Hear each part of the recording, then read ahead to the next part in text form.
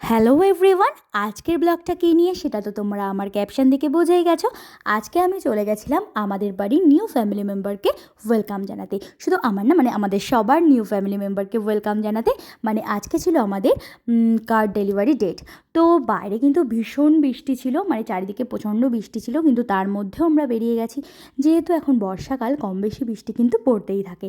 তাও কি করা যাবে, আজকে স্পেশাল ডেট বলে কথা, তার জন্য আমরা এই বৃষ্টিকে মাথায় নিয়েও কিন্তু চলে গেছিলাম নিউ টাউনের শ্রীহন্ডায়। আর আস্তে আস্তে দেখতে থাকো কী হতে থাকে, প্লিজ স্টে টিউন।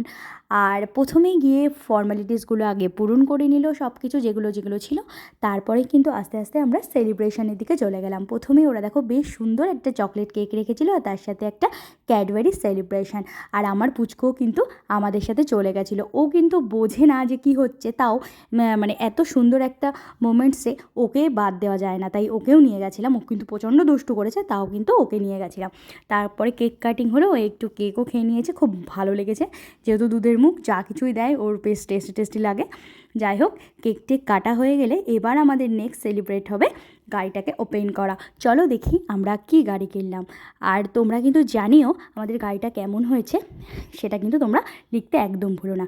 হ্যাঁ, এই ছিল আমাদের নিউ কার, যেটা হলো হন্ডা এলিভেট। এটা কিন্তু বেশ সুন্দর, আর কালারটা ছিল ব্লু, মানে পার্ল ব্লু।